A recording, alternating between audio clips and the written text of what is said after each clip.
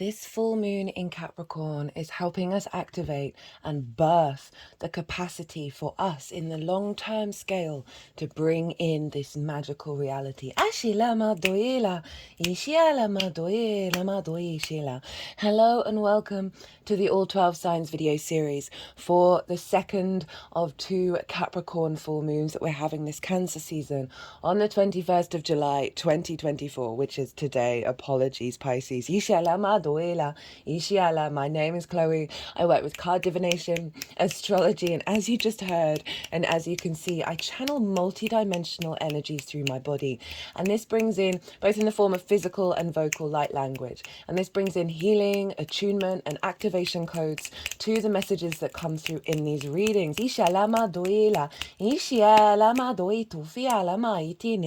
For those of you who know your time of birth and know your natal chart, I really recommend you check out the sign that falls in the first house first. This is called your rising sign, where your ascendant is. And so I read for all of the signs as if they're in the first house. So the astrology links in closest with that, but it never invalidates you looking at any other part of your chart because the whole chart is always affected. Just look to whatever sign it is that you're tapping into. Look to the house that it falls in, and you want to apply the themes of that house as well as all the meaning you've got going on in that sign to what comes through in the reading, because it will be as if that sign has now energetically moved to the first house. So the astrology for the rising sign will still link in. You've just got to add on your own natal chart meaning on top of it. As always, take what resonates, leave what doesn't. I am reading for Pisces in this video, so let us begin. Pisces rising. How you doing, Pisces? So I read for the rising signs.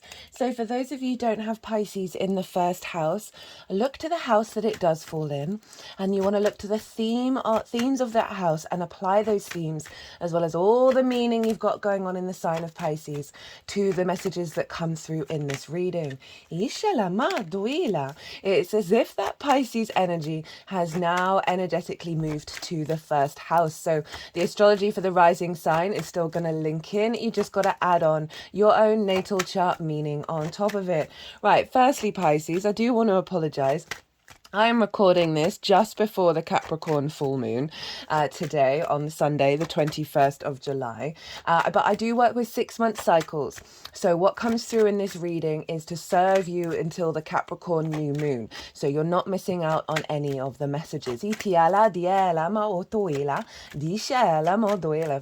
new viewers who might not have caught the introduction.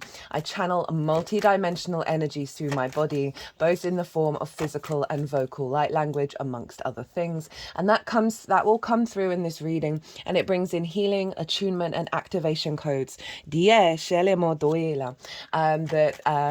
help resonate with the messages. So I'm going to be breaking down the main themes of this moon. I'm then going to be talking about how this relates to the Pisces rising energy, and as I do so, I'm going to be shuffling this deck because the cards are going to go everywhere, and then at the end of the astrology, the energies that I channel, they are going to move all the cards around. They're going to do some energy work and then put the cards into the 3 piles, and that's when I'll bring the tarot into the astrology. So the 3 piles are what is being released.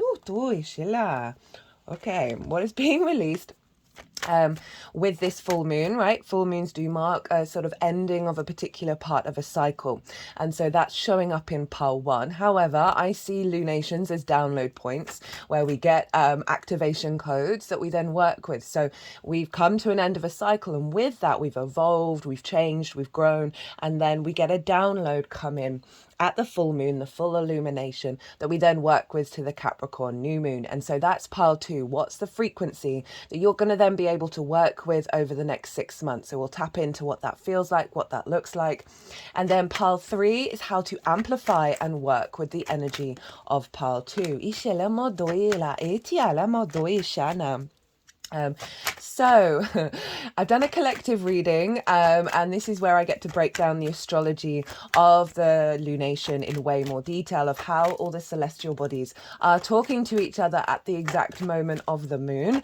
So I really sort of flesh that out, and what does that feel like? So if you want a deeper understanding of this moon, go check that out, because the more you get a feel of what the frequency is, the more that you'll know from your own experience, your own autonomy, how you want to work with that.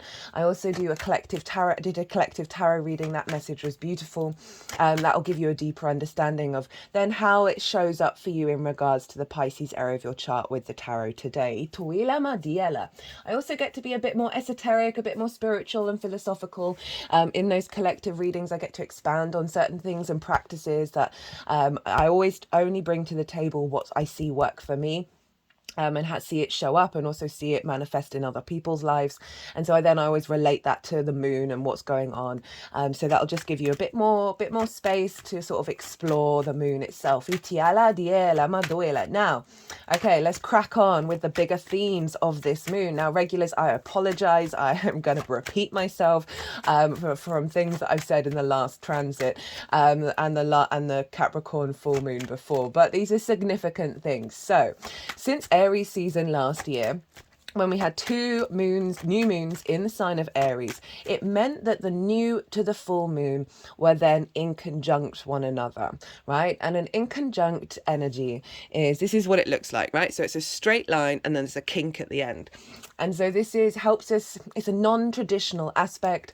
It's working with 6 different energies that don't normally have a easy commonality between one another. And so this means that it helps bring in frequencies that are working with those 6 energies, and it helps us break out of convention. It breaks out of tradition and the old patterns, or the easy old patterns of doing things. It's very maverick, very innovative in its nature, but it is incredibly discombobulating, right? It can feel a bit frustrating. It can take a little bit more effort to integrate it. And so we've had these inconjunct moons since Aries season last year, and it's been unlocking parts of ourselves that we wouldn't normally traditionally access. And so you may have seen over the last year and 3 months really big clues and feelings and frequencies around what the new frequency of your reality is going to look like, right? So we're evolving our consciousness, and as we do so, our interaction with reality shifts and changes. So you may have noticed those things pop up over the last year and a half, but then you may have felt like you've gone back to the old way, or like there's been some difficult energy coming up, or it hasn't quite felt integrated. So the last inconjunct moon that we had was from the Gemini new moon to the Capricorn full moon. That first Capricorn full moon that happened at the beginning of Capricorn, that was the final inconjunct cycle. Now, from the new moon in Cancer, that was the last new moon, to this full moon, this is activating a longer cycle of moons now being in opposition. So Cancer and Capricorn are opposite one another. So we get the straight line. So there's an element of streamlining. There's an element of ease. Oppositions, they're ruled by Saturn. And one of the frequencies with an opposition is balance, commitment, and integrity. So we are bringing this with the beginning of this lunation cycle and the ones that follow. We are streamlining the downloads, the inconjuncts that we've had over the last year and a half. We're bringing them all into a more sort of well-known traditional route. Ituila, we are familiar. Itialemo doila, energy around us, right? And so that's one of the significant things about this particular lunation cycle. The other thing is, well, since July last year, when the nodes moved into Aries and Libra, Cancer and Capricorn then started squaring those nodes. And so these 2 signs have been acting as the 3D manifestation of the intention of the eclipses in Aries and Libra.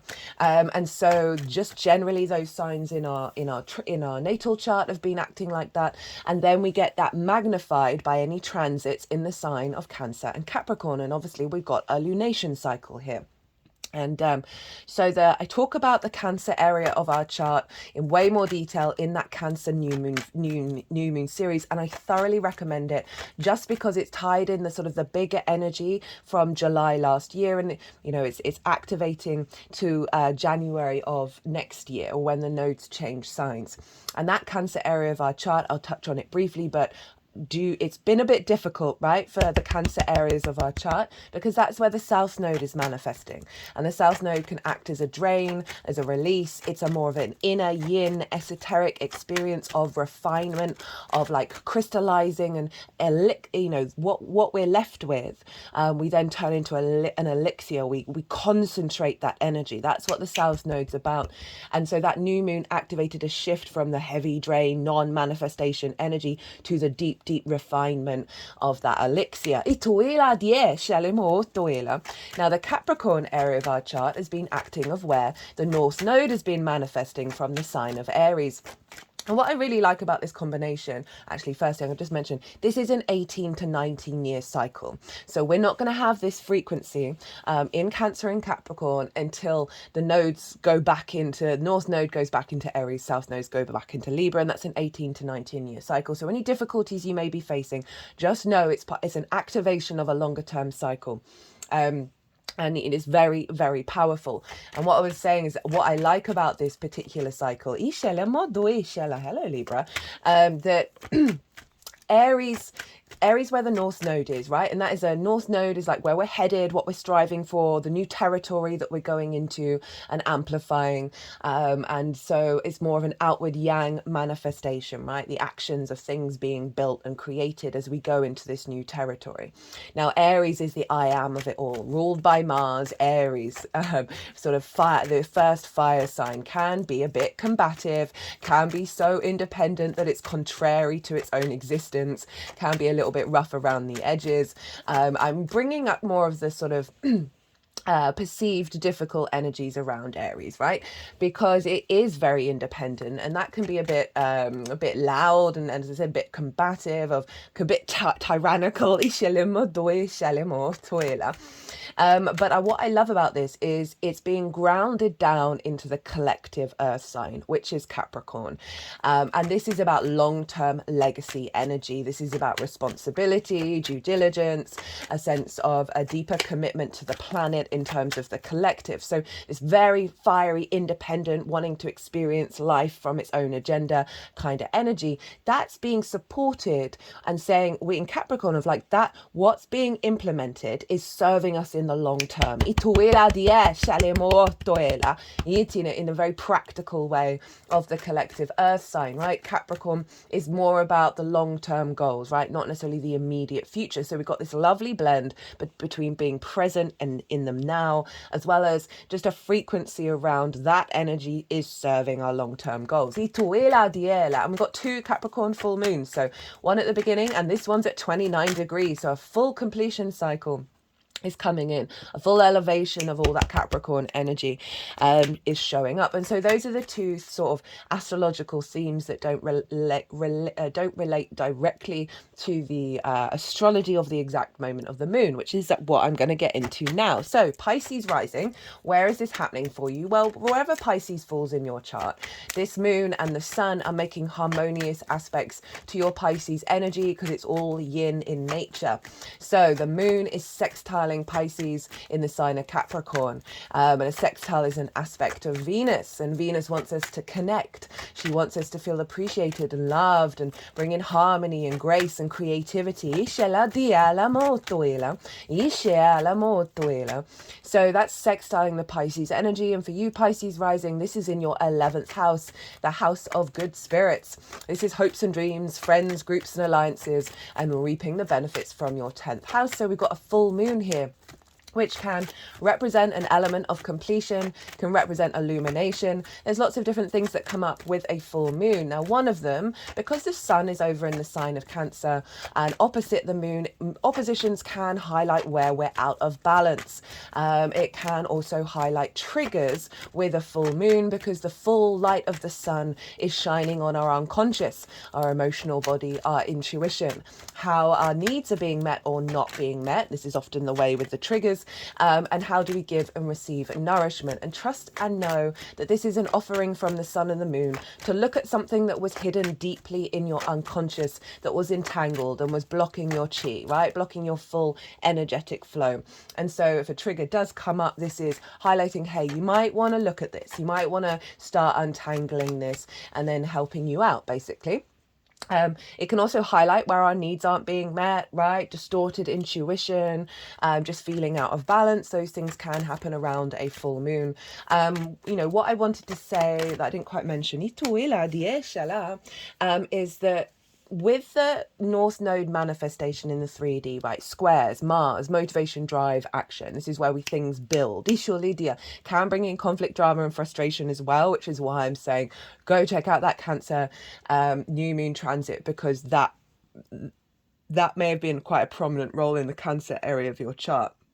That the North Node manifestation, we're heading into new territory. And when that happens, the old territory gets a little loud. And so that helps us understand, okay, well, what do we want to take with us from our previous experiences, our previous understandings into this new territory? And what do we want to, what energy do we want to transform that then feeds the new expansion? So there may have been some difficulties show up in the Capricorn area of your chart. The other thing with a full moon is, as I said, right, needs being met. You may feel that your needs are being met. You may feel deeply nourished. You may have heightened intuition. A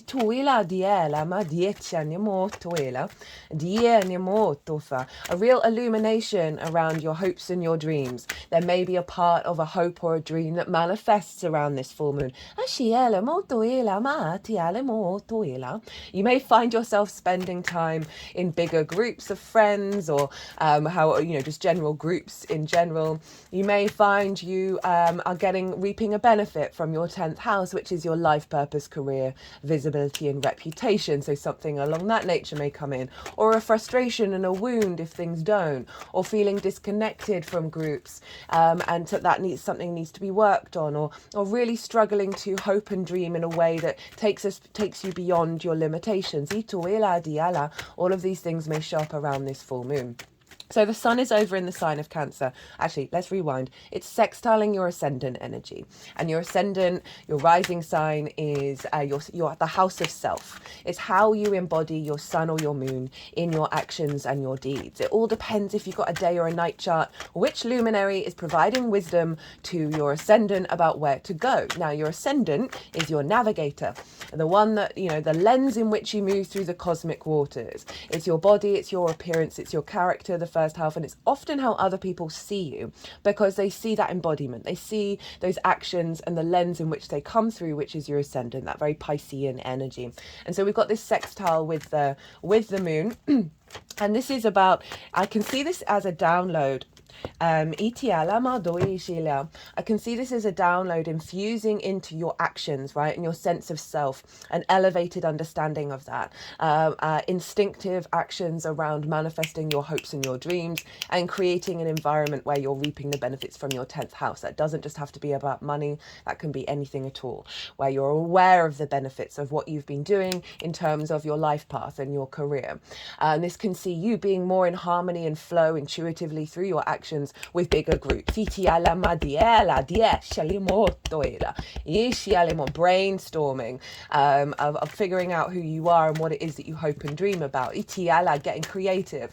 And so all of that lovely good stuff. Now the sun is over in your house of joy, your creation energy, right? Everything I'm going to say stems from your creation energy. Amusement, play, games, pleasure, right? This is not just pleasure in terms of romance, but in every area of your life. Think of that joy energy. This is about children, literal children and figurative children.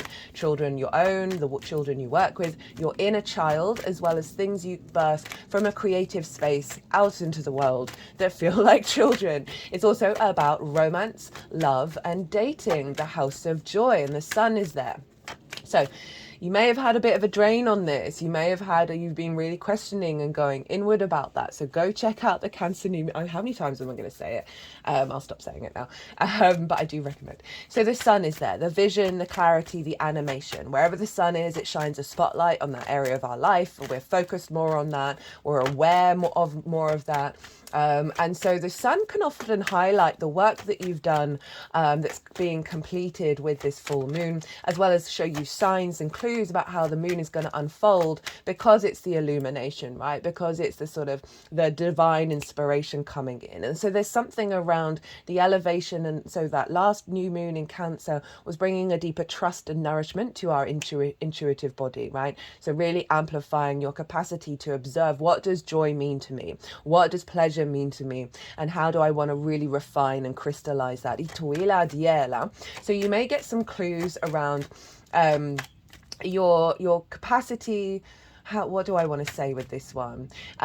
So there may, right, so you may reap some benefits. That means that you have more resources around being playful and creative and having fun, right? Ituila, you may be like a breath of fresh air of having put in lots of hard work, that now you've got some, it's showing you that you're going to have more time and space to have fun and be creative. You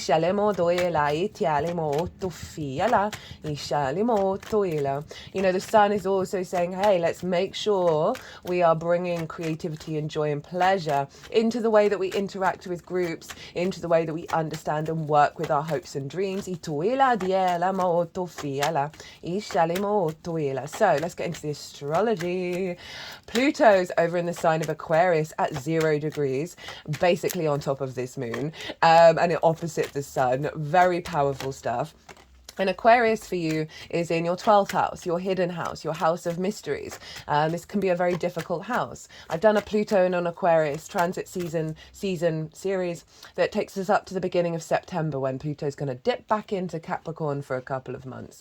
And that, if you haven't seen it, yeah, we're coming to the closing out of that, but it might give you some clues and give some more awareness about what on earth has Pluto been doing in my 12th, right? Big transit, big transit.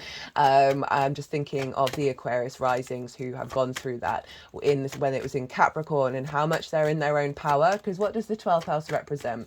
It represents our unconscious spaces. It's hidden, right? It's the occult, right? The mystery house. Things going on behind the scenes. And so often in our unconscious spaces are trauma responses and limiting beliefs. That's just facts. And that's because, and so the 12th house represents sort of depression, anxiety, grief, loss, isolation, all of that good stuff, right? So more so some heavy sort of feelings sort of that come from, you know, our limiting beliefs and our trauma responses. But now underneath all of that is the magic of your soul, right? It's one of the very magical houses of the chart. I mean, they're all magical, but it's amplified, and that's Aquarius. And so it's the air element, right? And this part of your chart can feel very personal to you, but not necessarily accessible or seen by anybody else, right?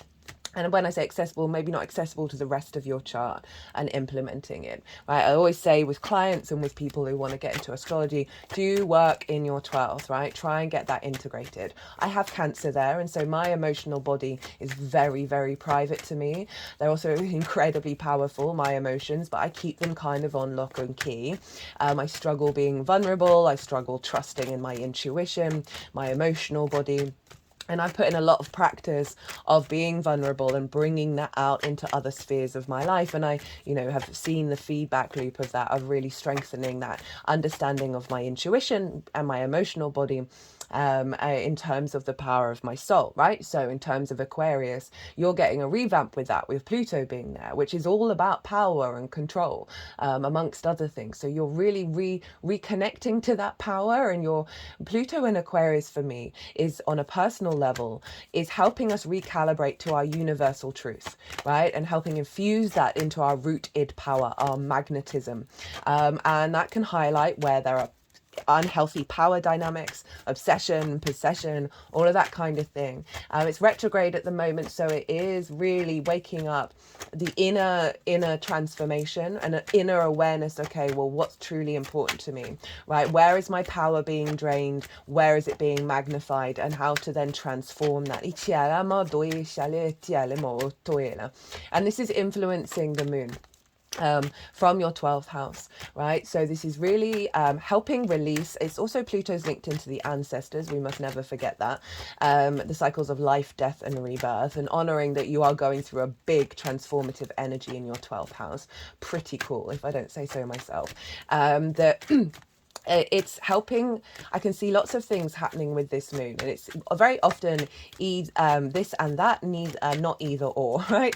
That release of some wounds in the unconscious spaces, some limiting beliefs, limiting love languages, that are not only yours but also linked into your ancestral realms, right? That both blood and soul lineage, that are being dug up and composted with this moon, in regards to how you value yourself in terms of your hopes and your dreams. So often we're not able to hope and dream and manifest those hopes and dreams because there's fundamentally a part of ourselves that doesn't feel worthy, or we feel like we can't have it if other people can't have it. They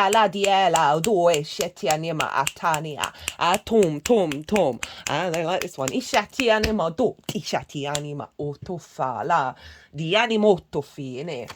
And so I can see Pluto helping release this, as well as helping, in terms of not feeling connected to soul family, not feeling connected to people, those kind of wounds, not reaping the benefits from your 10th house for those unconscious responses, as well as bringing that magic into all of it. So it's a sort of a double-sided activation there. And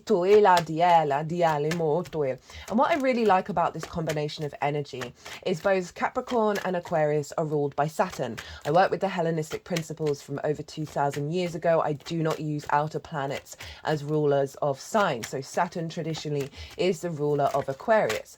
I've seen it show up in my own work. I only apply things that I see show up.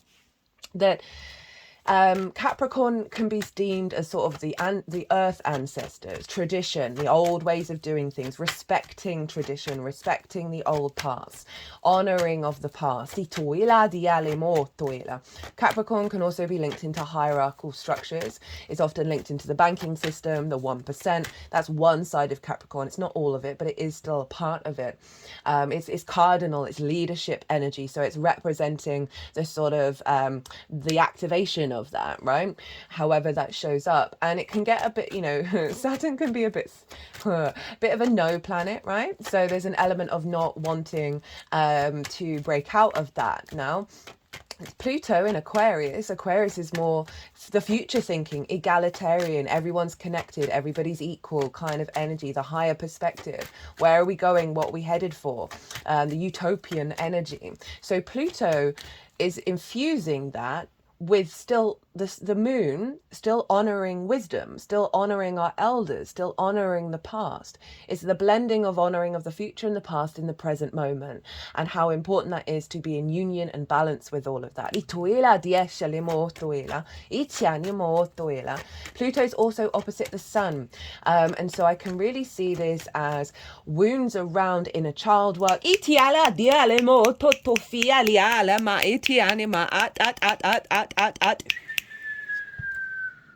I like that one. Wounds around romance and dating and love and how are we loved. Wounds around joy, pleasure, creativity, children, all of those things. Pluto in the unconscious spaces, right? Love languages that we've learned from our early years, how that's then reflected in our lives. Pluto's helping release a layer of that that's blocked the creativity, that's blocked the joy and blocked the pleasure. Bringing that into balance. So that magic of your soul can infuse into your creativity, right? But really empower you. So we've got that. We've got the opposition between the sun and the moon and Pluto hanging out. And then we've got Uranus and Neptune, and they are forming what's called a cradle. We have a sextile, sextile, sextile as the outline of the cradle, and then a trine, acting as the foundational cross, right, to keep it in its structure. And so we've got Pluto, Uranus, and Neptune, all the outer planets, right? The galactic energy, the longer term cycles, the transformative, metaphysical, unseen planets to the naked eye. They're incredibly powerful. And they are representing the longer term goals of our civilization. And so they are influencing and birthing us out of this moon. I love it so much. It's quite a phenomenal moon. There is no getting around it. And this feels like we are, I said at the beginning of the video, this is birthing us, Capricorn, long-term plans, you know, the mountain goat, Saturn, responsibility, duty, due diligence, commitment, legacy, integrity, all of that infuses into Capricorn of how we build in the long term, right? Capricorn isn't just about hierarchical structures. For me, it's about the great earth mother, right? The grandmother of it all, right? This is the ecosystems and our awareness of the ecosystems that we're connected to. Pluto, when it was in the sign of Capricorn, brought up a stronger connection to yoga, breath work, the ecosystems, the mycelium network, permaculture, all of those things that helped us reconnect to systems and traditions, like the parasympathetic nervous system becoming really popular in our understanding of it, systems that have served our species longer than civilization.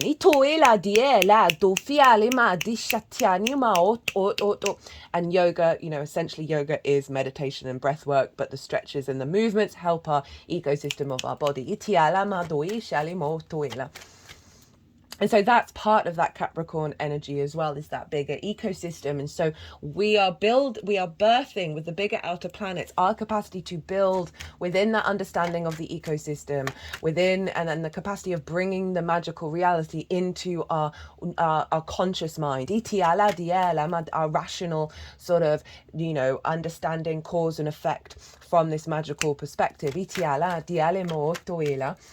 So Neptune over in Pisces, your sign, is retrograde. My phone screen dissolved the day before the Neptune retrograde, which I thought was hilarious. I've had that phone 8 years and it's never happened before.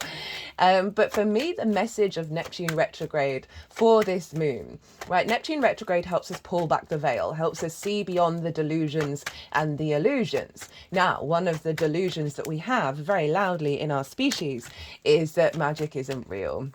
Magic, miracles aren't possible, right? We're very rational. Well, part of our civilization is very rational, very sort of, if I don't see it, I don't believe it. And this Neptune retrograde is pulling down that veil of our lack of faith. So even when we do see it, right, we then need sign after sign after sign after sign. We second guess it. We lose faith in it. We distrust it because we think we might be a bad person, or we're not manifesting in the way that we want to. That's not the whole point of Pisces. Pisces is the emotional collective unconscious. It's all our emotions connected one another. It's love connected. Source is love. Source loves you. You are valued. Doesn't really matter what you're doing. You are loved. Unconditional love. Pisces is very empathetic. All rivers lead to the ocean. So it's pulling back the veil around our capacity to know and believe and trust in that magical reality, activating in our conscious mind, our conscious actions, our conscious awareness, our conscious reality, right?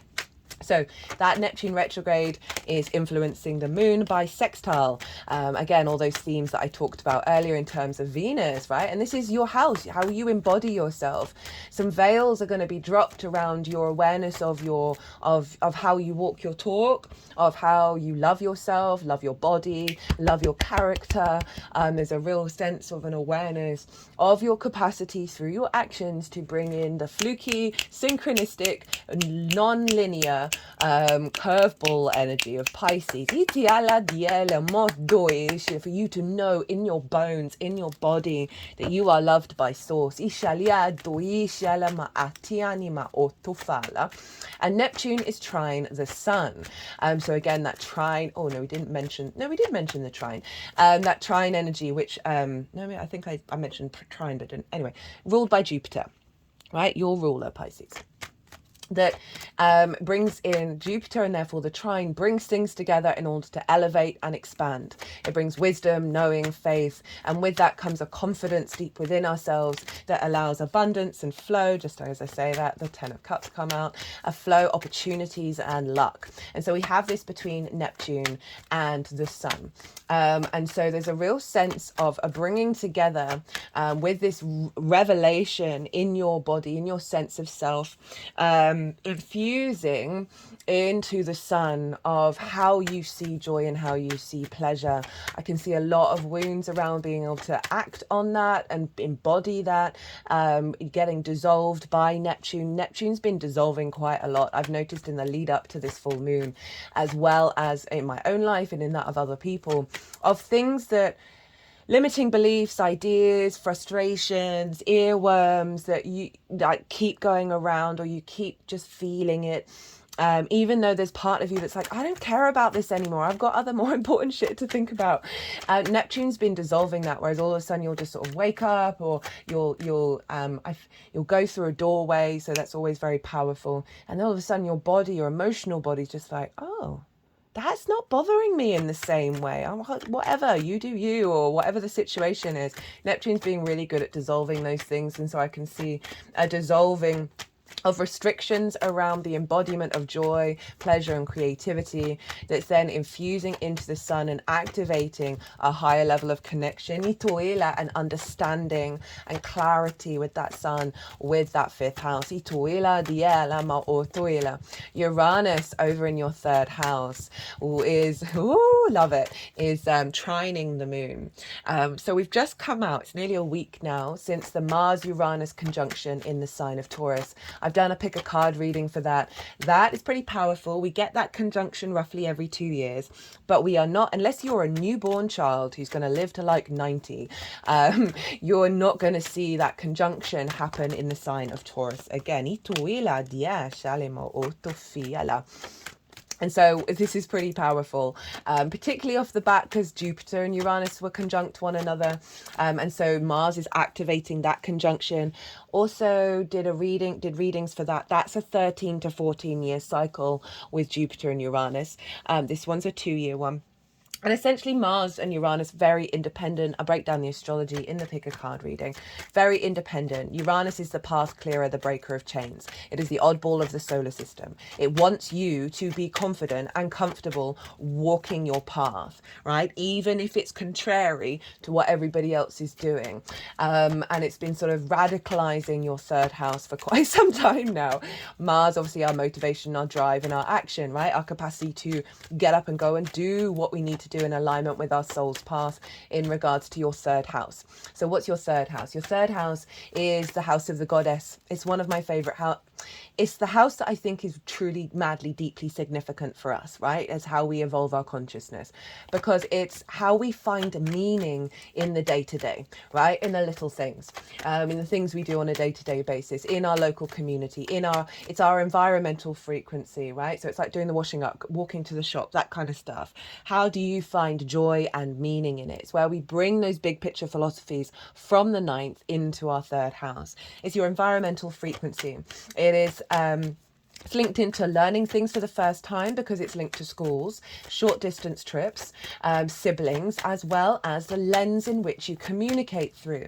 So we've got this very powerful soul liberation going on in how you find meaning in the day-to-day. That's going to be very specific to you. How you communicate and the confidence that you have communicating in a way that is in alignment with your soul's frequency. Your capacity for sudden things to happen, sudden revelations in regards to how you implement your soul's purpose on a day-to-day basis.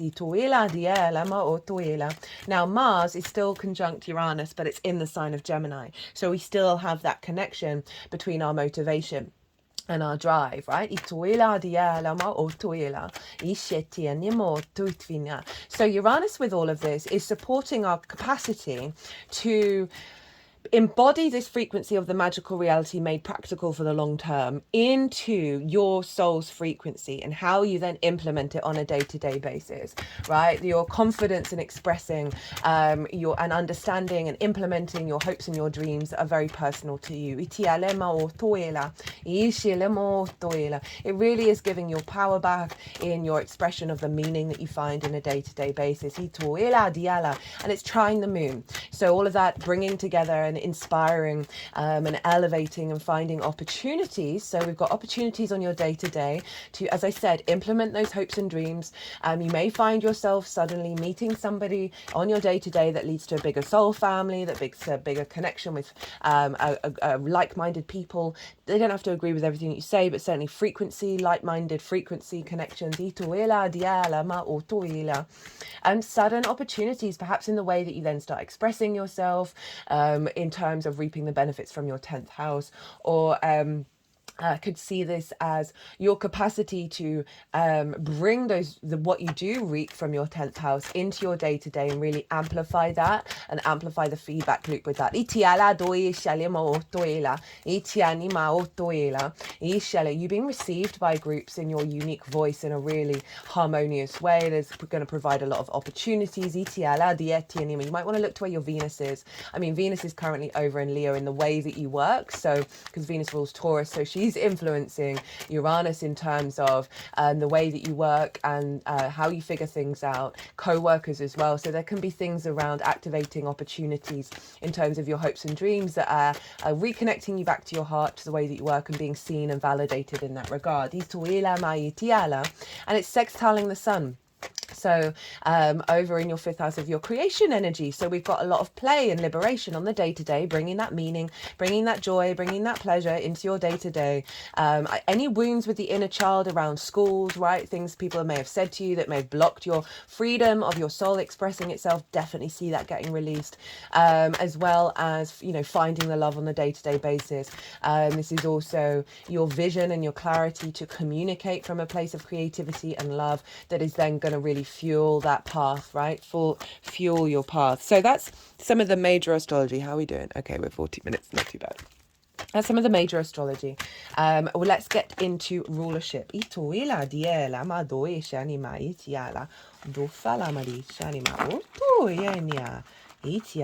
So Saturn rules Capricorn. So we want to look to where Saturn is to see how Saturn is influencing this moon, and Saturn's over in your sign, which I'm sure you're aware.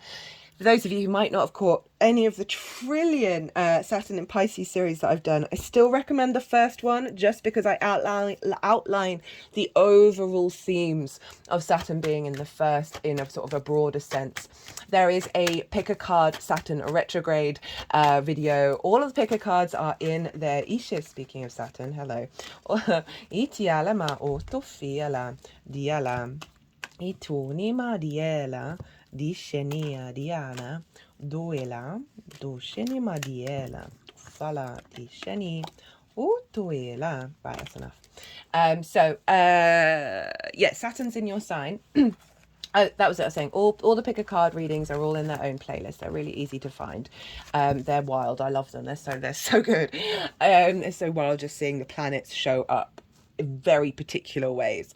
So Saturn's influencing, again, your embodiment of self. Saturn for me overall is making that magic of Pisces concrete and real. Saturn retrograde can be an internalization of your own authority, your own understanding of cause and effect, reflecting on that, of your actions and your deeds, and going over any restrictions you may have felt in terms of yourself, in terms of deepening your connection to your legacy and your duty to yourself. That Saturn transit is going to again empower you and give you a deeper level of own inner authority that's going to serve you in the long term. But in terms of this moon, it's influencing your capacity to understand the steps that you need to take in order to materialize those hopes and dreams. I can also see this as you being seen as with more authority by bigger groups, by the powers that be that bring in reaping the benefits from your 10th house as well, of someone who's responsible, who's going to get the job done, and therefore rewarded. If the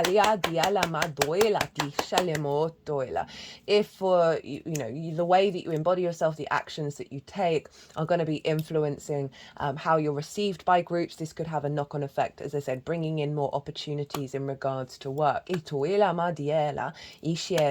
I said, your ability to commit to implementing these hopes and dreams. Now Jupiter is traditionally rules Pisces, so we want to go and look to where Jupiter is to see what's being how that's influencing Saturn.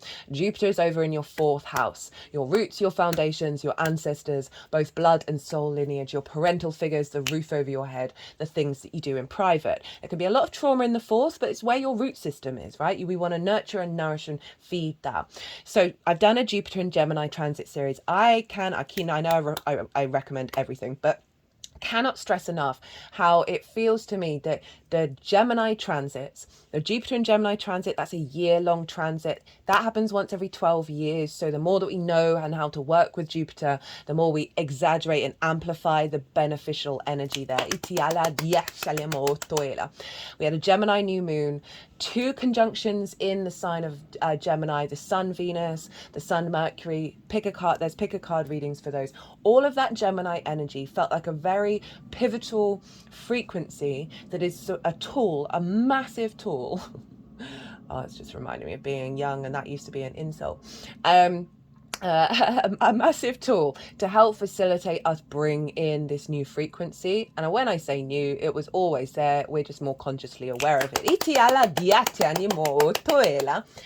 So Jupiter over in your 4th is expanding the wisdom that you receive in your home, right? The ease that you're finding in any trauma that you've gone through is providing a sense of an expansion of connection to your ancestors, and just genuinely, you're getting a lot of insight, you're getting a lot of faith and knowing feeding into your root system. About who you are and why you are. And all of that is feeding into Saturn. So Jupiter's saying, right, we will need these hopes and dreams to be in alignment with strengthening your root system, which means your tree gets even bigger, because I see a tree in the middle of the natal chart. The branches either side of the self and the other, and the leaves that are striving for the sun are up in the 10th house. So, with anything, the root system is kind of more important than what's going on in the tree, right? Because that tree will always grow to, the size of the root system and expand. So you're getting a lot of nourishment from Jupiter that's saying, okay, we want to build on this. We want to build on you feeling good in your home, in your private life, that's in alignment with activating those hopes and dreams from a very curious, playful, open space. So it's really helping us break out of limitations. You may have a hope and dream about buying a property or moving in with someone, or just generally maybe if there's chaos in your home life and conflict, of moving beyond that.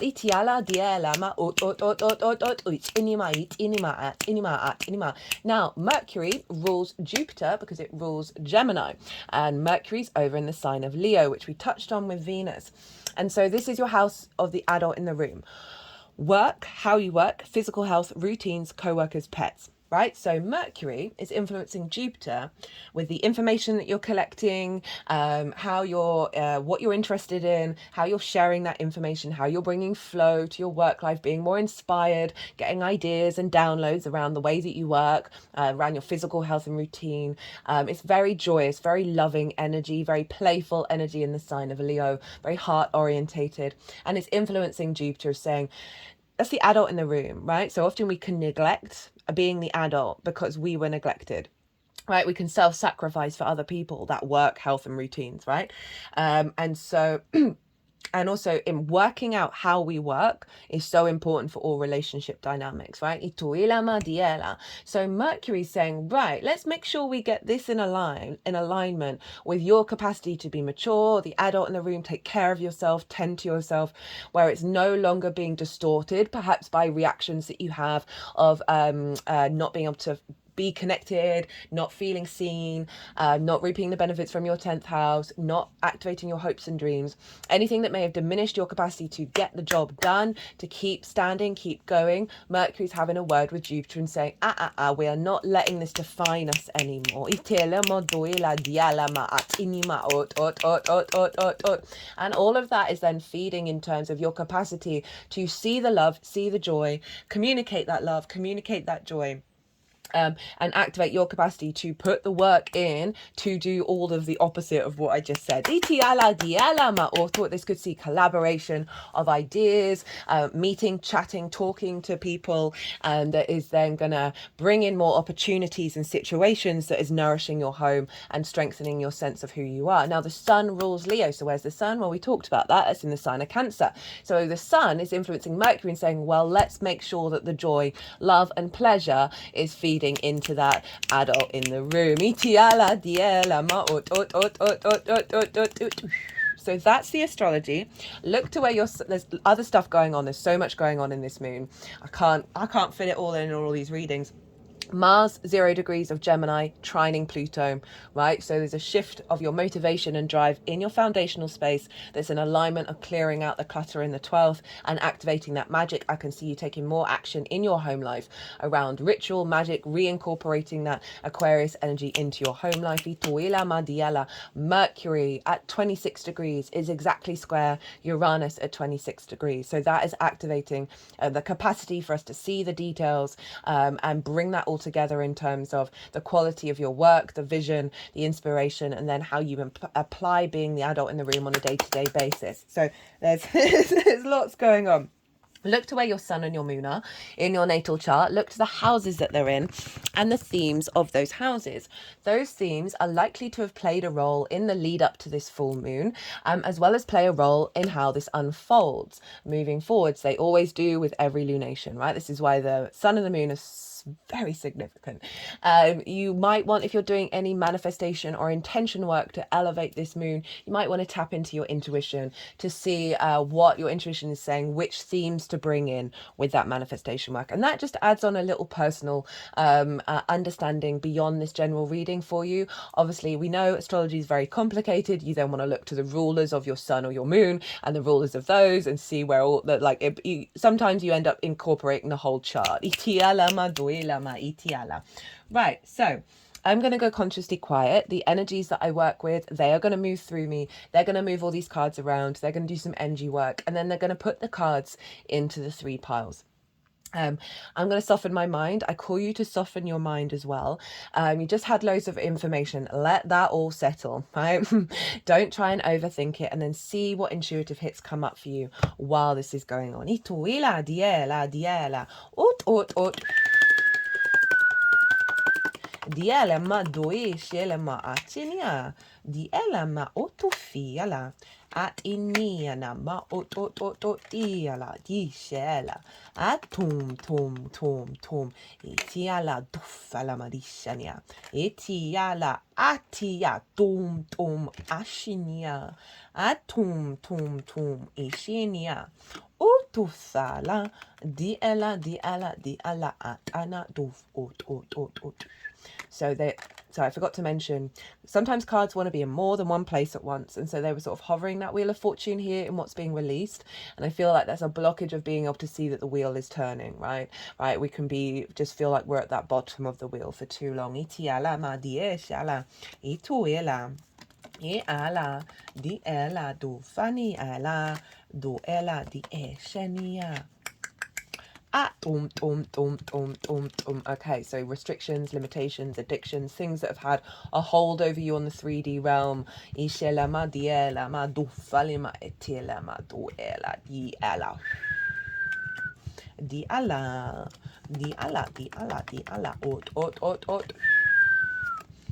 ali aniana. Ati atu fala. Di shenama do etinia diala. Oof. Blockages around seeing those dreams manifest. Itiala diala oto ishenia. Atinima ot. Diela di shenia nima. Itu ela enia. Diela ma do shenima. Ituela, itiala, itinema. Death card's been shown up pretty much for everyone in this pile. Powerful stuff. Ishelemo toela, ela, dienimo, ot. Dialema. Some blockages around having the faith. Right? The Queen of Cups is very serene. She knows what's happening in the future. So there's an element of a fear around that, of not having that, of not being able to nourish that. Ituela, diela ma otoela, di sheni, di ala, di aliana, doena, do sheni mariana, doela, ela, ot. Diala, diela ma ot. Diala, Oh, Tifanima. Shania. Do ela atenima etinia. Do etinima ela. Etum. Etum. Etum ela. Eshenia. Do etinima. Ot. Dishalama do etianima etania. Etanima. Ot oi genia. Etieni. Atinima. Ituela.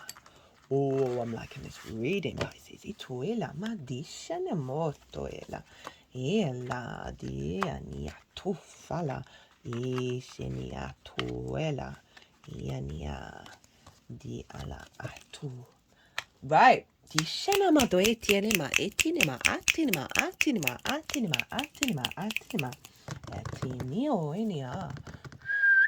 So, what is being released with this cycle? As I said earlier, right, seeing the old territory can bubble up to the surface, especially with this sort of big rebirthing that we're having here, of like old rooted stuff bubbling up. So we have the 9 of Wands, we have the 8 of Swords, the 2 of Pentacles, the 5 of Wands, the King of Swords, also been showing up a fair amount here, which I love, the Death card, 4 of Swords, Page of Swords, Temperance, Ace of Pentacles, 6 of Swords, 7 of Swords, the Fool. So this feels like the sort of the energy that you've been working with is a bit difficult that you're now releasing, right? We've got the 9 of Wands. This is about being burnt out, exhausted, all alone, frustrated, not getting any support, but also seeing every situation as you having to be on the defensive.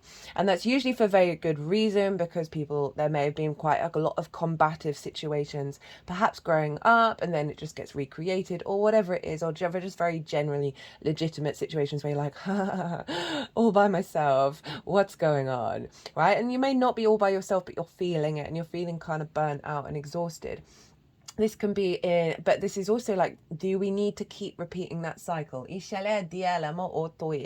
So this can just feel like, okay, I'm not feeling that connection with groups, right? Feeling like if there's been a group project that you're doing all the work, right? Or your hopes and dreams, you've got to carry all of that weight, and it doesn't matter what you do. Situations just keep being more combative rather than flow energy. You know, in terms of reaping the benefits from your 10th house, you can feel like, well, I'm doing all the work and I'm not really getting any of those benefits, right? In fact, I'm exhausted.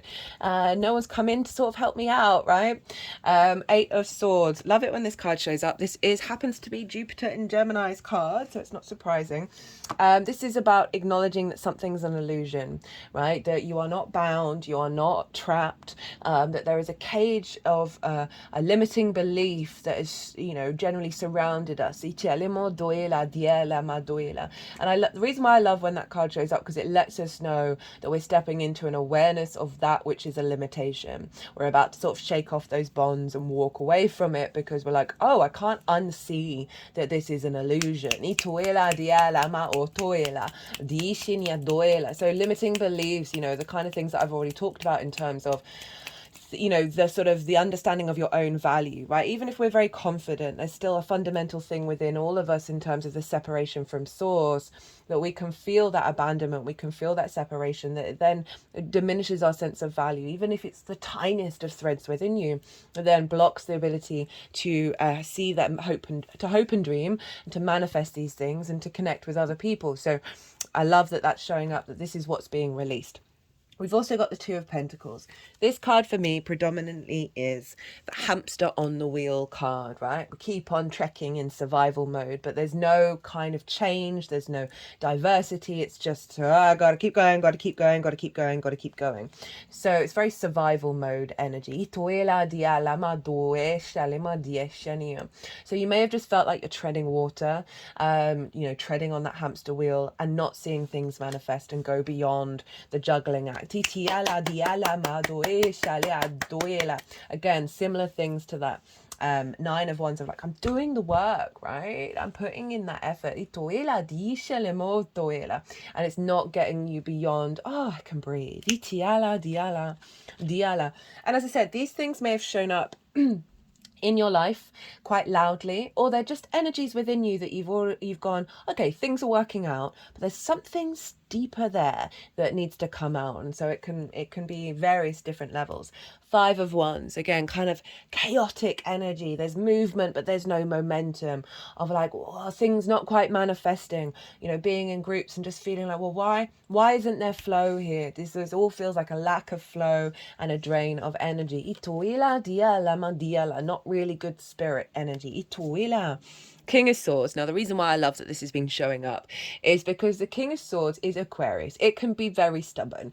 It can also be incredibly rational in its nature. It's only going to believe the rational energy. And so why I like this showing up is because we've got to let go of that. We've got to let it go. I mean, magic and the unknown are rational. We just don't have that rationale in our consciousness, right? So it's a flip on that. And so it's saying you've had to let go of certain ideas and the way that those ideas cause you to take action. But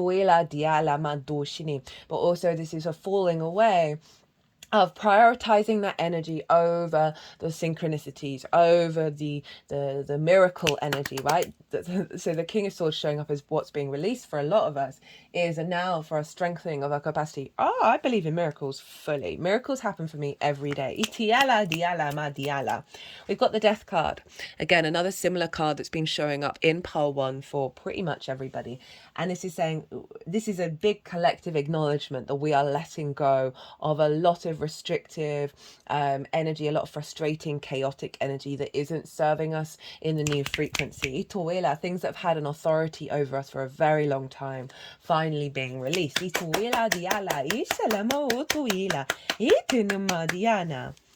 So how you've worked with this, right? And this is also a closing out of this particular cycle. We've got the Four of Swords. You've been in contemplation. You have an awareness that you are held by something bigger than yourself, because this is a church, and you've gone through a process with awareness of what's being fallen away to try and figure out the truth of what that means to you, right? It's meditative, inner stillness energy. And so I love that for the big transition vibe. And then the Page of Swords. Page of Swords is the time traveler, right? Is the time collapser, because it's looking to the past, it's present in the moment, but headed towards the future. So it has the capacity to amalgamate that energy together that serves you in terms of a new perspective, a new idea, your capacity to reflect on that past, but not let it hold you and define and how you move to the future, but also bringing the wisdom that's there as well. Temperance. Hello, Sagittarius. So this is about refinement. This is about the alchemical process. This is about the refinement of yourself, right? The awareness of things fallen down that now you are cultivating, you are manifesting this new angelic frequency onto the planet.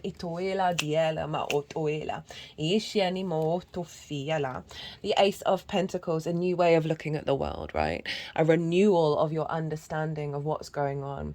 It's kind of like my New Earth card, because we've got this mountain that represents a higher perspective, but we've got the flowers of the magician, right, of our capacity to manifest in the 3D realm from a higher perspective. So there's an awareness here, there's a beginning of that cycle that you've been going through and then implementing, right? And it's helped you understand what perspectives you now want to take with you. This might have been like a new hope, a new dream through the alchemical process because of the Pentacles. This is acknowledging the transition from a difficult time of scarcity to more of an energy of thriving. And you're taking with you the constructs, the belief systems, right? The ideas in your mind that serve you to be able to create in the new land.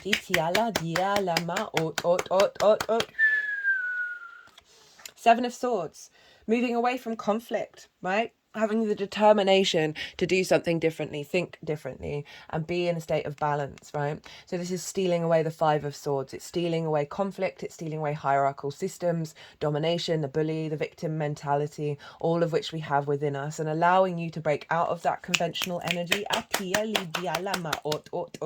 say if you haven't had your hopes and dreams manifest in the way that you would like them to, that can wound the hell out of anybody. That can put somebody in a state of conflict, of shame, like the battle in your head of not letting you get outside of the conflict energy and bring in the flow energy. We then have the Fool. So it's an acknowledging that you're embarking on a new journey that's more heart orientated, right? Seeing life, the good, the bad, the beautiful, and the ugly as pure curiosity and the joy of existing, right? This figure is about to leap off a cliff and into its next magical reality. So again, it's highlighting a shift in your perspective that is brought in a frequency of understanding you are evolving, you are changing, you're moving moving through the world in a different way. In regards to all of those themes of the 11th and everything in the astrology, that is then the setup for this full moon. So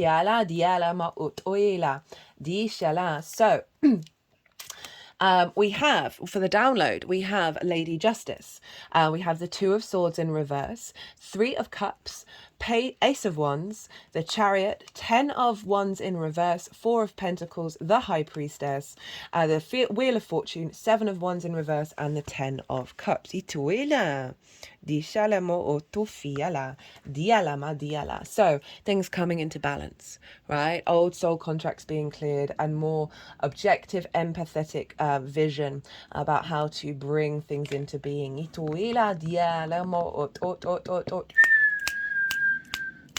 Like a real sense of harmony within yourself rather than distortion. This is the calm, right, that we cultivate, where we're able to have good judgment and reflect on our life in a more balanced way.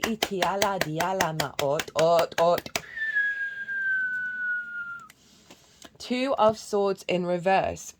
So this is sort of referencing the work that you've already done, because this is about getting a new perspective and going inward and figuring out who you want to be in the new landscape.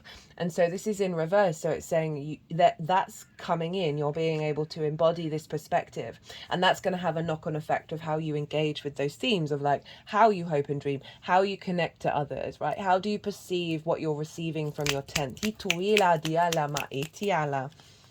Three of Cups, flow, union, celebration, right? Opulence, emotional unity and flow, right? Real joy, pleasure. So bringing in all of that 5th house energy as well. This can be seeing you collaborate with other people, right? Of having more spring in your step to emotionally connect and be an intuitive flow that brings about a sense of celebration around your hopes and your dreams. This may be reaping the benefits from your 10th house that gives you more time for play and joy, right? To raise those good spirits overall. It is a raising of the spirits. Ace of Wands, a renewal of passion, vigor, vitality, your capacity to act, your creativity, your independence, very virile energy. So this is a renewal of the way that you engage with that 11th house of like, having the spark of spirit be relighted, right? And having the energy and the capacity to explore all of that and take action on it from, fire is very independent, right? It's very sort of the entrepreneur. So it's a new vigor coming into that 11th house. Very inspirational. We have the Chariot. This is Cancer, but this in general is not having a tight grip on controlling life. This is also an acknowledgement that every situation that's happened before you has provided a resource for you to then move through the world with ease, right? There are no reins. So this figure is not trying to control where they're going. There's a balance between the yin and the yang, the physical and non-physical realms, and they are guiding you forward. This is also a victory card. So there's a sense of being very confident with friends, groups and alliances, of being very intuitively driven in terms of your creative energy, your joy, your pleasure, that's helping manifest those hopes and dreams. dreams. Itiala, diala, ma diala. So tap into joy, right? As always. Ishala ma doi tiani ma etiania. There's also a victory card that's allowing you to move through the world. So there might be something around reaping the benefits from your 10th house, where you're feeling more confident, you're able to move around, more opportunities, and doing so from a place of joy. 10 of Wands in reverse, the burden, the weight, the heaviness, right? Of I'm doing all the things I can't even enjoy the day, and this is always going to be my life, being the beast of burden. It's not about the not having lots of things to do. It's about the energy levels that we have with those things and our perspective with it, because they're hunched over, they can't see it's a beautiful day. There's a release here of a weight you've been carrying. This can be very ancestral as well, that all you're doing is just doing the heavy labor, and that the house of good spirits, the house of joy, hoping and dreaming beyond that framework and that limiting belief has limited your capacity to stand up straight, have all the energy, be able to do all the things. And so that's being cleared out. That's being released. 4 of Pentacles. Your capacity for your inner soul frequency to not be distorted by the external world. So you can create from a place of sovereignty and a place of safety and security and manifest in the 3D world. I love this card, right? So it's a level of protection that's honoring your sovereignty and your ability to build. I can see that as you just being protected when you're out in groups. As well as, being able to build, right, consistently around your hopes and your dreams. We have the High Priestess, the moon herself. This is deep, deep intuition. This is a knowing within you. You are drawing towards you that which brings you abundance, right? With the pomegranates and the palm leaves. Again, similar to the Chariot, we have the physical and the unseen realm in balance with one another. Heightened intuition, a deeper faith and knowing that things will unfold, that you don't have to have a tight grip of control over it. You don't have to worry. You can release that fear mindset and just let things flow. This is also about tapping into your intuition and making sure that you're paying attention to how you then instinctively act on that intuition, because that will give you clues about your path. Wheel of Fortune. In the upright, things are changing. This is Jupiter. So there's a sense of a bigger fated energy going on for you, Pisces. That's bringing things together, right? It's really allowing you to believe and trust that the wheel is upright. It's always upright. It's always down. But this sort of recalibration of making sure that that's not out of balance in your mindset, and you're actually kind of at ease with wherever you're at in that cycle, because you see the wisdom in when we are at the bottom of the wheel, right? And then because then we've got the challenge and the choice to grow and to build upwards. It is Jupiter.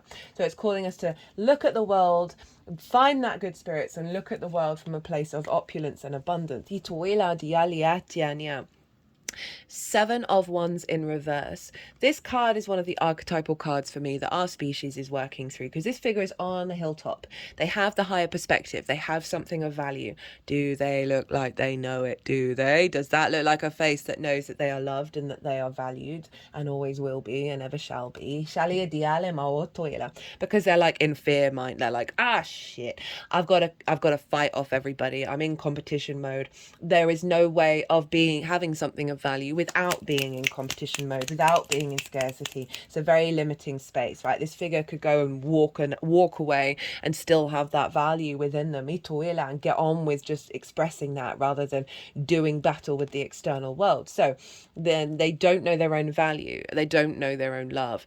And in reverse is a reverse of that, of like you truly embodying a deeper sense of, I've got this, I know what I need to do, and I'm enjoying the process of doing it. 10 of Cups as the final card. Love this for hopes and dreams, because this is the outward expression of the 9 of Cups. The 9 of Cups is inner gratitude, inner peace, inner alignment, and this is the reflection of that externally from you. So it's things going on externally that are showing your inner alignment, right? So it's the happily ever after.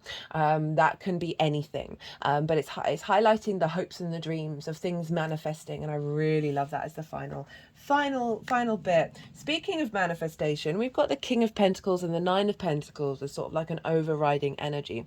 Your capacity to build from a place of abundance. Look at all those grapes. Look at all that abundance. Look at all the opulence of everybody. These are two of the main figures that are kind of dressed really opulently. This figure is very understanding of how the actions that they need to take in order to bring about a holistic lifestyle, right? Happy home, happy work, feeling good, happy friends, happy lover, whatever it is, that you're able to make those decisions and build from a place of deep knowing that abundance is everywhere.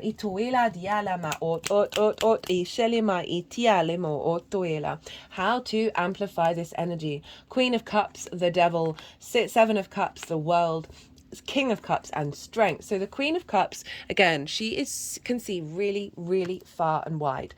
She can see into the future, and she is not worried. She is not in fear. In fact, she's so serene with her present moment that she is turning into the ocean, deeply nourishing of your emotional body. Tend to yourself with love, care for yourself, be really empathetic, try and step into a place of serenity, right? And let things unfold. Ishiala diala diala madot. Tend to your creativity, your love, your joy, that water body. Tend to yourself and respect and honor and love yourself. And you will see that shift in the 11th. The Devil, right? Before the horn god was converted into being the devil, at least in some respects, it was Pan. It was the horn gods of all the fertility not religions, but practices, right? It is about the masculine fertility energy of building in the 3D realm. It is incredibly powerful. And this is saying honor your power, honor your capacity to build in the 3D, honor your commitment, keep going, keep doing it. But this is also really calling you to tap into that inner power, that inner strength, that mountain energy. And you'll see a knock-on effect in your confidence. If you just do a practice telling yourself that every day, the mind doesn't know any different if you don't believe it. Which I'm going to talk more about with the Mercury retrograde, which will be in Virgo and Leo. Seven of Cups. Fantasize, dream, open yourself up to possibilities beyond your rational mind. Play, be curious. That's what Jupiter's doing for us. The world. Know thyself and the world will open up to you. This could be about going out in the world a bit more to help amplify this, but overall this is Saturn. So this is the more that you know yourself, the more that you walk your talk with integrity, the less boundaries you need, the less worry you have about what anybody else thinks of you, because you're very confident in your own frequency, right? And when we do that, we clear a lot of clutter that then allows Source to co-create from a really open space. Get right with yourself, walk your talk, right? And really, really go in deep with that one. I mean, you're doing it anyway with Saturn in the first, but it's really amplifying that, of saying be true to yourself, honor the masculine and feminine within you, because this used to be a hermaphrodite, and take action from a place of integrity, right? From a place of maturity. And that means a maturity of loving yourself. King of Cups, right? So very empowering energy. This is highlighting you stepping into your power and not being distorted from the external world. So King of Cups showed up for most of the signs in the Cancer New Moon transit. This is a very mature, very sovereign energy in regards to the emotional body, in regards to our intuition. This is the capacity for us to be in the eye of the storm and not bothered about the storm, right? It is about emotional control, but also harnessing your emotions, harnessing that joy, creativity, and love, and being able to take action on it. And the more that you do that without getting distorted by the external factors or having any expectations or assumptions about how anything's going to turn out, the stronger the manifestation energy actually gets. Strength card, Leo. Do the work. Put in the effort on a day-to-day basis to love and respect yourself. To hope and dream, to fantasize, to play around, to figure out how it's all going to work, again, without expectations. This is our instinctive mammalian side with our higher self, right? And they are working together through love and kindness. They are being vulnerable with one another. And through that, we bring in strength. So that might be calling you to be a bit vulnerable with yourself and see, okay, what are my primal needs? What are my higher needs? And how do I get them to work together to facilitate my hopes and my dreams? And this is also, you being the adult in the room for yourself and being like, okay, the reason why I'm feeling a bit off is because of that group. I need to cleanse my energy. I need to put up a protection energy, like the mirrored egg of love can be a really good one, and recalibrate your inner dynamic away from conflict, and operating from love, from the heart space, very Leo energy. We're gonna have that new moon in Leo as well. And also being vulnerable, as I said, about what you want and what you need and who you are and why you're affected in the way that you are.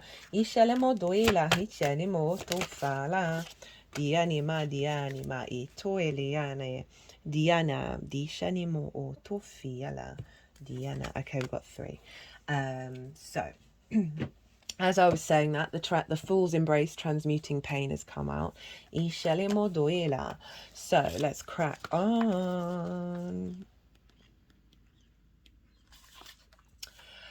Transmuting pain, allowing life to love you, the experience of both and. The pain of life is sometimes unbearable. When we're in it, we think that pain, that loss, that betrayal will always be woven through our continuity of existence. We're kept hostage by the way we identify with the pain and what we make it mean. If we let it, it becomes etched into us like a tattoo.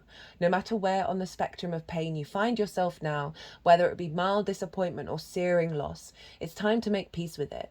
Befriend it rather than resisting it, running from it or judging it as bad or unfair or hostile. Can you see the gift that is here? Surrender to the Fool's embrace. So funny, the Fool, because I have a feeling it wants to be here. Allowing for the truth to envelop you in love and compassion.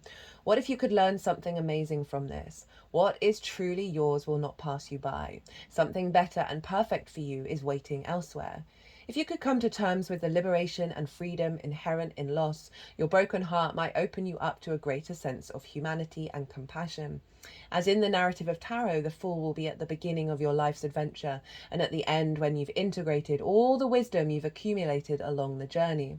He will never let you down or lie to you. He will, however, teach you how to revel in both the beauty and the desperation of life. Both and, this and that, will always be true. Remember, the pearl cannot be created without the gritty sand, causing discomfort and acting as a catalyst in the oyster.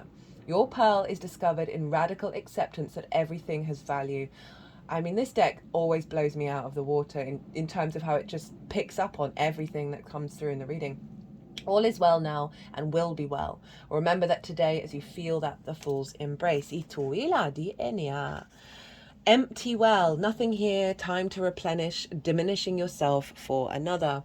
Empty well reveals that there is nothing for you here. The well is dry and the desert is encroaching on your once fertile garden. It's time to face this harsh reality and move on. Give gratitude and thanks for the abundance you have experienced and let spirit guide you to your next destination. This might mean saying goodbye to someone or something or insisting on changing the rules of the game. Stop diminishing yourself for the sake of another. Making yourself small will not produce the results you want. There is a lack of reciprocity, of give and take. The empty well tells you that it's time to reclaim what is yours and return that which does not belong to you. The shadows cast in your direction are not of your making. You do not need to react or respond to them, as they are not real. Simply shine your light upon them and see how to dispel them. These shadows are projections that you are confusing for reality. You may have been offered a shovel to help yourself dig out of an uncomfortable situation, a bucket to drink from the well, but you cannot dig yourself out of this hole. And remember that there is no water to be found in that well. Receive the empty well as a gift. Do not exert your energy and waste your resources by repairing the walls or mending the rope. Follow the watercourse way, the aquifers that run deep in the earth, and you will be led to a new spring oasis. You can find these underground streams, these rich natural resources, in the subterranean depths of your own heart. Ituela die shalima otoela dialama ishiania dofana. Whale song, remembering, harmonizing, resonating. There are moments in life when you have a sense of deja vu, that you visited this place, these feelings, this person before, and you know that a new opportunity to dance has come round again. Yet there is a haunting quality to this, a melancholy as life's mysterious fragility is also underlined. Like a whale song that pleads for its simple notes to be matched by another, you have a short time to capture this essence and let it resonate in a way that is potentially transformative, but only if you don't turn away. Sometimes you may forget the moments of your humanity, your truest desires, because you've become so earthbound and calculating, striving, and doing. You're so overstimulated by the chase and what you're exposed to that you forget your heart. Now is the time to jump in the water and play, and be reminded of your creative self, your collaborative impulse to sing along, seek harmony, beauty, purpose, and meaning.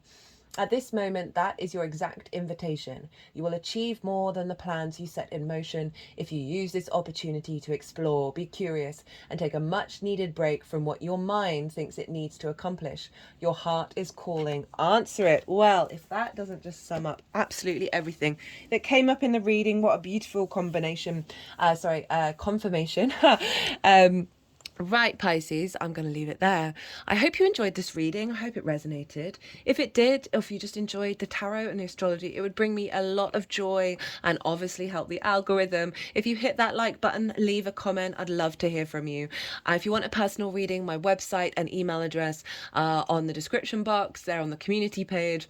I also have an Instagram, so you can DM me, leave me a voice note to talk about the nuance and the context of what kind of reading you want. I love to tailor to a client. My Virgo sun gets a kick out of it.